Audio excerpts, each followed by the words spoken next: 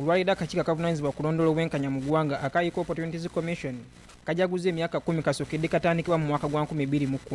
Okujaguza kw'abantu kutuukidde mu kiseera ng'eggwanga liri ku muggalo lwa ssennyiga korona, era ssentebe w'akakiiko kano Sylvia Ntambi Muweebwa bw'abadde ayogerako ne bannamawulire asabye gavumenti essira obutayeteeka ku ssennyiga korona yekka kubanga n'endwadde endala zikyaliwo.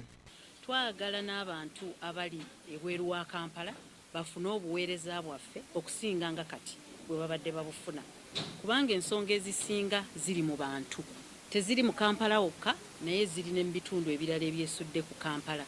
Minisita Florence Nakula Akingi ono nga yavunaanyizibwa ku bavubuka n'abaana yabadde omugenyi omukulu ku bijaguzo by'akakiiko kano eby'emyaka 10 era asinziddeyo n'ategeeza nti kino kye kiseera akakiiko kano kenyigire ne mu nsonga z'amaka kubanga abaana bangi balemeddwe okufuna obwenkanya olw'ekizibu ky'obutabanguko mu maka.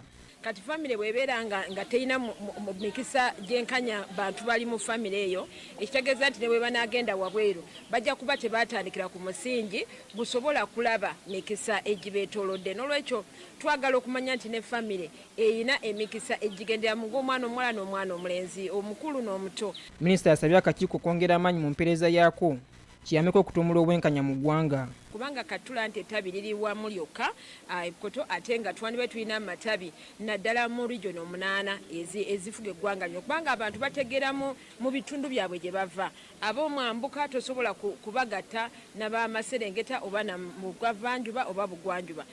Akira Mbwanika Namugera ne Richard Mwanje BBC Terefayina gambuze mu ddiro lyo.